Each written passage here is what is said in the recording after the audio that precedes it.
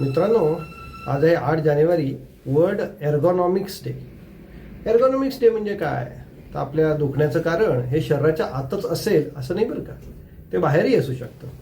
बरेच लोकांना मानदुखी होते, कंबरदुखी होते, टेनिस एल्बो होतो आणि याचं मुख्य कारण आहे आपला लॅपटॉप. मुळात आज आपण बोलणार आहोत खुर्चीत बसायचं कसं आणि खुर्ची कशी निवडायची, हा आजचा आपला विषय आहे. त्यासाठी आपण काही बेसिक जाणून बघूया. आता ही जी खुर्ची आहे आपली, ही माझ्यासाठी अप्रोप्रिएट आहे कारण माझे हात बरोबर असे राहतात. पण ही जर खुर्ची अशी असेल तरी ती चालणार नाही, किंवा ही खुर्ची छोटी असेल तरीही चालणार नाही. सो खुर्चीला कम्प्युटरवर काम करताना कसं बसायचं एर्गोनॉमिकली हे आज आपण बघूया. प्रॉपर खुर्चीमध्ये बसण्यासाठी सगळ्यात पहिलं म्हणजे की खुर्चीची उंची. आपण काम करत असताना आपली पाय हे पूर्णपणे जमिनीवरती टेकलेले असले पाहिजेत. त्याचबरोबर हा जो आपला डेस्कटॉपचा जो कीबोर्ड आहे, हा कीबोर्ड बरोबर या उंचीला आला पाहिजे. म्हणजे इथं हा काटकोनामध्ये उभा राहिला पाहिजे हात. कारण जर हात काटकोनात राहिला तरच मानेच्या मणक्यावरती ताण येत नाही. म्हणजे आपला कम्प्युटरचा माऊस हा बरोबर या अँगलनं असा असला पाहिजे. आपले पाय जे आहेत हे जमिनीवरती असे पूर्ण टेकले पाहिजेत. ऑफिसमध्ये बसताना पायाला आपण बूट घालून बसलं पाहिजे. ही जी खुर्ची आहे इथे ही 4 बोटं जागा राहिली पाहिजे. ही जर 4 बोटं जागा इथे राहत नसेल तर ती खुर्ची मोठी आहे आपल्यासाठी. त्यामुळे खुर्ची योग्य मापाची घेतली पाहिजे.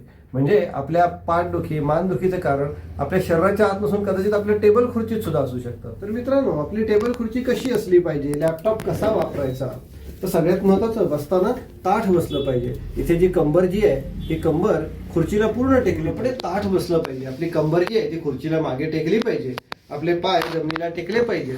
आपले गुडघे काटकोनात हवेत. त्याचबरोबर आपला हात जो आहे हा या खुर्चीवरती पूर्ण रेस्ट झाला पाहिजे. पूर्ण रेस्ट झाल्यानंतर आपलं जे लॅपटॉपचं जे कीबोर्ड आहे, आता ह्या कीबोर्डवरती काम करताना मानेच्या मणक्यामध्ये गॅप येते.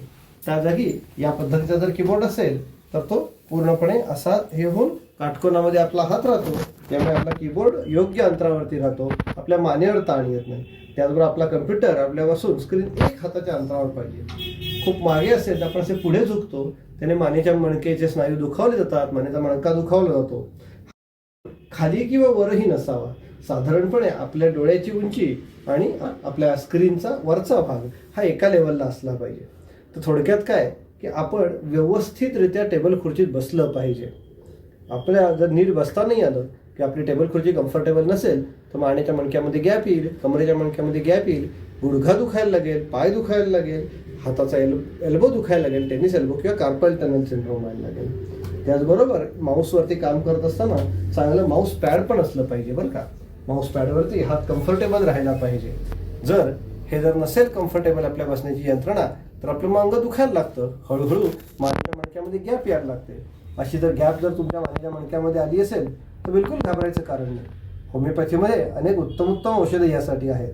असे अनेक पाठदुखी मानदुखीचे पेशंट आपल्या माधव क्लिनिकमध्ये पूर्ण बरे होऊन गेलेले आहेत. अशी जर काही तक्रार असेल तर आजच आमच्या माधव क्लिनिकला संपर्क साधा आणि आपल्या पाठदुखी कंबरदुखीतून मुक्ती मिळवा. टेबलावरती व्यवस्थित बसा. एर्गोनॉमिक्स म्हणजे बसण्याचं शास्त्र समजून घ्या आणि आपली दुखणी टाळा. धन्यवाद.